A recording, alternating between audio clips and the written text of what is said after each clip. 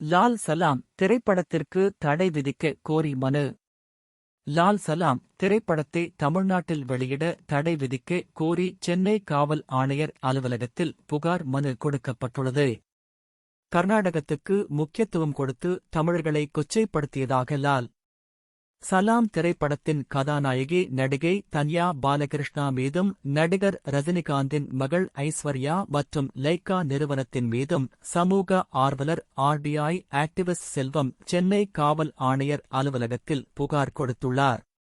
Online மூலம் அவர் கொடுத்துள்ள புகாரில் தெரிவித்திருப்பதாவது: 0.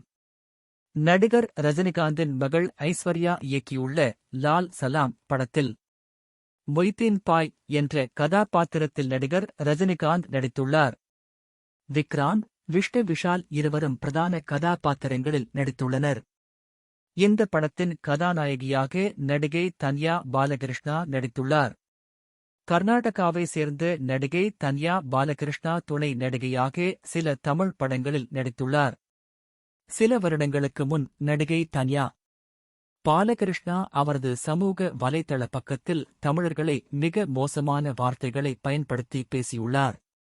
நடிகை தன்யா பாலகிருஷ்ணா போட்ட பதிவு தற்போது அனைத்து சமூக வலைதளங்களிலும் வைரலாகி தமிழர்களான எங்களது உணர்வை மிகவும் பாதித்துள்ளது.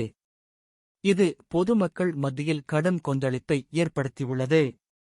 ஆகையால் துணை நடிகை தன்யா பாலகிருஷ்ணா கதாநாயகியாக நடித்துள்ள லால் சலாம் படத்தை வெளியிட்டால் தமிழ்நாட்டில் சட்டம் ஒழுங்கு பிரச்சினை ஏற்பட வாய்ப்புள்ளது.